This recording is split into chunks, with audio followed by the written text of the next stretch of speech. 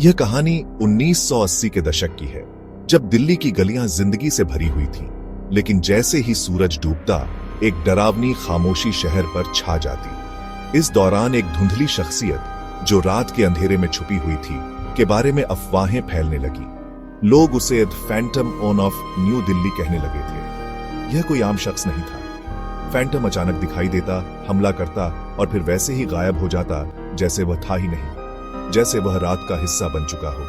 अखबारों में खबरें आईं, रहस्यमय फैंटम ने फिर किया हमला।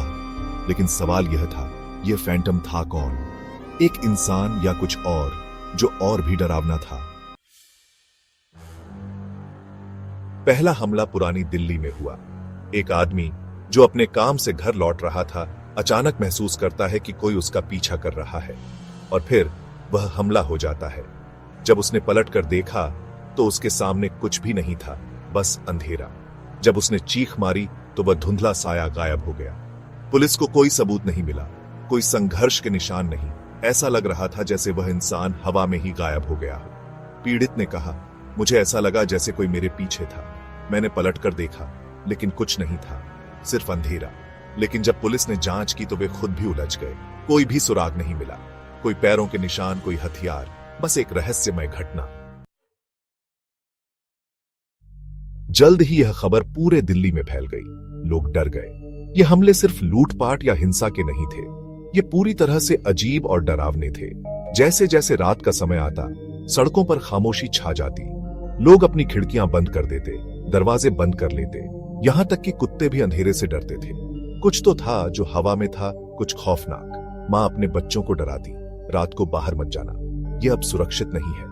और यह डर हर घर में फैलने लगा। आग के पास बैठकर लोग कहते, यह आदमी नहीं हो सकता, यह कुछ और है, एक भूत शायद, एक आत्मा जो बदला लेना चाहती है। पुलिस के पास कोई ठोस सुराग नहीं था। उन्होंने सबको पूछताछ की, लेकिन किसी ने सही जानकारी नहीं दी। कुछ लोग मानते थे कि यह किसी अपराधी गिरोह का काम था, जो अंधेरे में माहिर था। लेकिन कुछ लोग सोचते थे कि यह कुछ और था, और भी डरावना। पैरानॉर्मल एक्सपर्ट्स ने इस पर विचार करना शुरू किया। उनका कहना था कि फैंटम इंसान नहीं था, बल्कि एक आत्मा थी, एक रेस्टलेस सोल, जो इस धरती पर न्याय की तलाश में थी। उनका मानना था कि दिल्ली, जो कई दुखों और घटनाओं से जूझ चुकी थी, एक ऐसी जगह हो सकती है जहां एक आत्मा को बनावटी रूप में प्रकट होने का मौका मिला। क्या फैंटम किसी पुराने शिकार की आत्मा थी? एक गवाह ने अपने अनुभव को बताया। वह रात के समय घर लौट रही थी, जब उसे महसूस हुआ कि कोई उसके पीछे आ रहा है। वह पलटी, लेकिन कोई नहीं था। फिर उसे फुसफुसाहट सुनाई दी, उसका नाम पुकारा जा रहा था। और फिर वह साया सामने आया। कोई चेहरा नहीं, सिर्फ एक अंधेरा साया जो खड़ा था। वह डर के मारे खड़ी रही, और जैसे ही उसने उसे देखा, वह साया गायब हो गया। अन्य लोगों ने भी ऐसी ही घटनाओं की शिकायत की।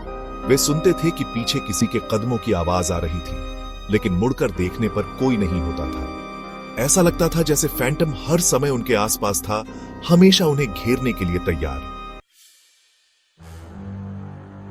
कई सालों की जांच और मंथन के बाद फैंटम आखिरकार गायब हो गया।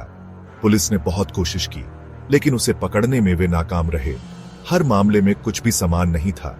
एक सिद्धांत यह था कि फैंटम एक कुशल अपराधी था, जो अंधेरे में चुपके से गायब हो जाता था। लेकिन एक और अनसेटलिंग बात थी, उसका कोई मकसद नहीं था, कोई पैटर्न नहीं था। पैरानॉर्मल एक्सपर्ट्स का मानना था कि फैंटम एक अदृश्य शक्ति का रूप हो सकता था, जो दिल्ली की हिंसक इतिहास का परिणाम था। क्या वह कोई प्रेत था जो उन पुराने दर्दनाक घटनाओं का बदला ले रहा था? कई सालों की जांच, खुफिया सूचनाएं और मान्यताएं होने के बावजूद फैंटम का कोई सुराग नहीं मिला। वह जैसे अचानक गायब हो गया। एक बात साफ थी, वह बिना किसी निशान के गायब हो गया था। न कोई खून, न कोई पैरों के निशान, और न ही कोई और सबूत। वह जैसे हवा में विलीन हो गया हो। लेकिन इसका डर और रहस्य आज भी कायम है। लोग आज भी कहते हैं, क्या फैंटम अब भी दिल्ली की सड़कों पर है? आज भी फैंटम की कहानी जीवित है। कुछ लोग मानते हैं कि वह अब भी दिल्ली की सड़कों पर है, कुछ इसे महज एक कहानी मानते हैं। लेकिन एक बात सच है, यह शहरी किंवदंती दिल्ली के सबसे बड़े रहस्यों में से एक बन चुकी है।